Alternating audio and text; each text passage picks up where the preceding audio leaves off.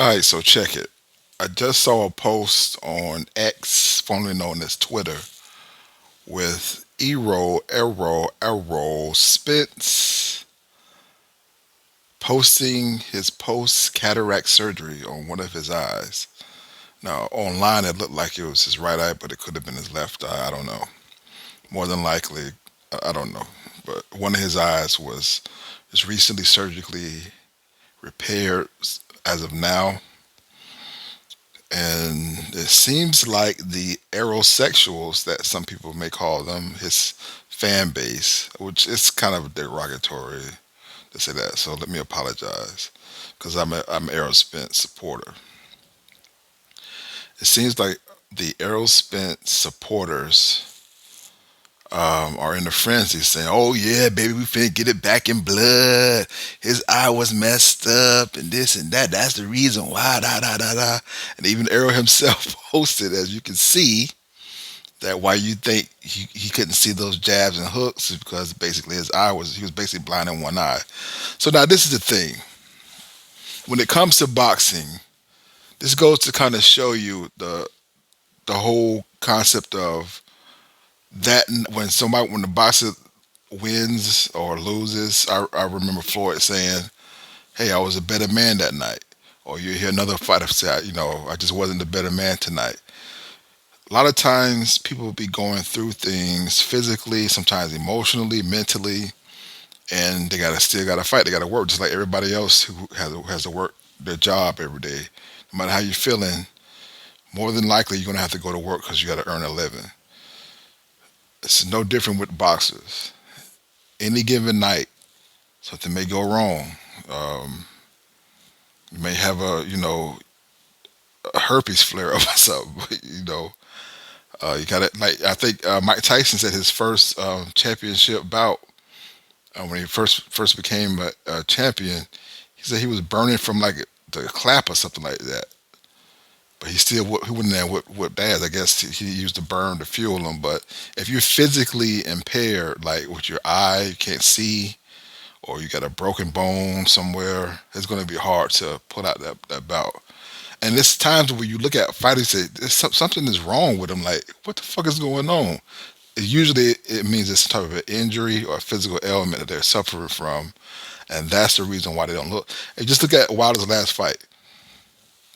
When Wilder got in there with Parker, I can tell the way he walked out. He knew.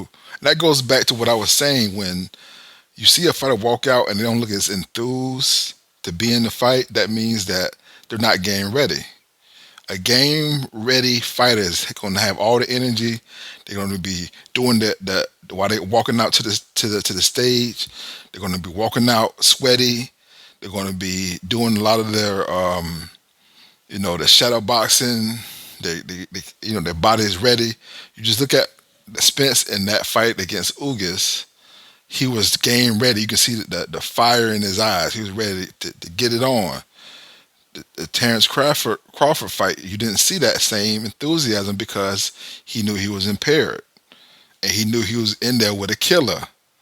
So I think he was content that night of what was going to happen, and that's the reason why you look at the body language when they walk out. If they don't look enthused, it's like something that within you is like, this shit may not go my way tonight because I'm fucked up, but the world don't know it. But you still got to perform. It's a lot of money on like millions of dollars on the line, and you got to do what you got to do. Now, unfortunately for the fans, like we thought that the first fight between Errol Spence and Terrence Crawford was going to be an all-time classic. That's what it was built up to be. But unfortunately, he was impaired. Apparently, the only thing that I have an issue is all up until this point, we've heard rumors about shit that had nothing to do with his eye. It was, oh, he had a rib injury. Oh, he had a rib injury. Oh, it was a rib. It was a rib. Oh, somebody said, so I heard from a source, quote unquote, a source, he had a rib injury, right? Then you heard something about, oh, he was weight drain. Oh, he needed to be at 154. He was weight drain. So was he weight drained or did he have a rib injury? What else? What else could happen? Had nothing to do with either one of those. Cause he looked good on the scale the day before, right? Now I come to find out he couldn't see out of one eye, according to him. So sometimes it is what it is. I don't really like to even make wagers on fights and stuff like that because there's so many different factors with the human condition that can go wrong. Whether how they cut weight, the process of how them cutting weight, or the training camp,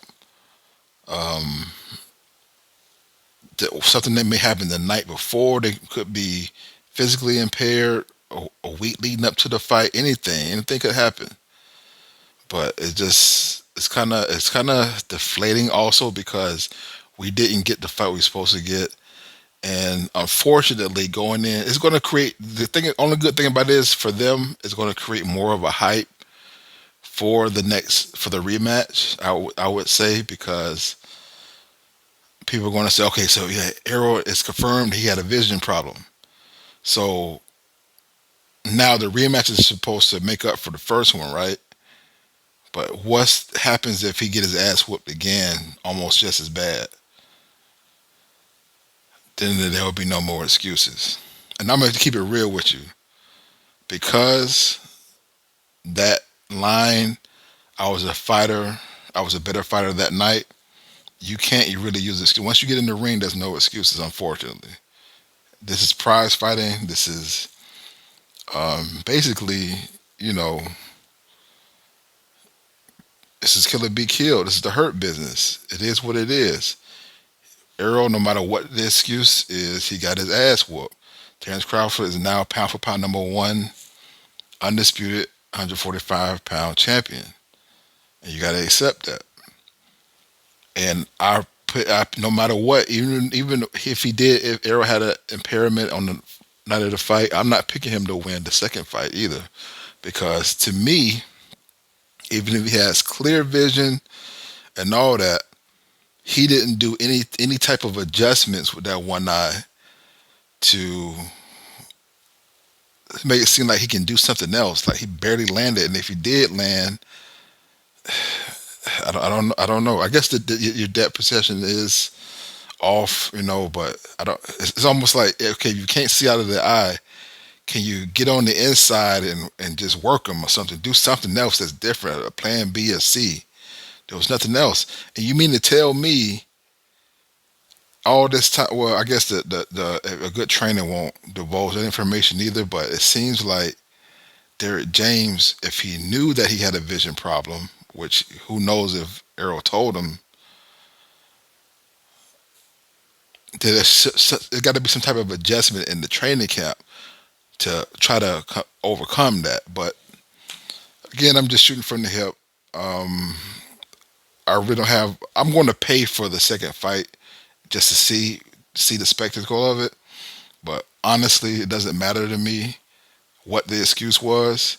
We'll see what happens on fight night, and I'm going to enjoy it. I'm going to pay for it because I support both of those gentlemen. They are both quintessential in their crafts up until this point. They've been ambassadors for the sport.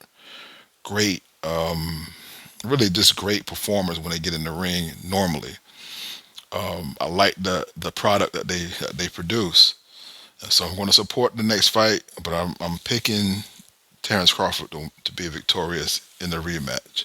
Maybe it'll be a little bit closer. Hopefully, it'll be more competitive for viewing purposes. But I think it'll give it probably a lot more of what we were expecting on the first fight. But I still think Terrence Crawford is going to make the proper adjustments to Errol's adjustments, and then coast to either unanimous decision or possibly another TKO, but it'll probably be a lot later. If I had to say Errol, the same energy he came in with Ugas, it would be closer. But then you got to wonder, okay, a year before when he fought Ugas, Did he still have cataracts then? Did it get worse in that one? I guess it can be. I don't know. Anyway, I'm looking forward to the rematch, but I still got Terrence Crawford winning.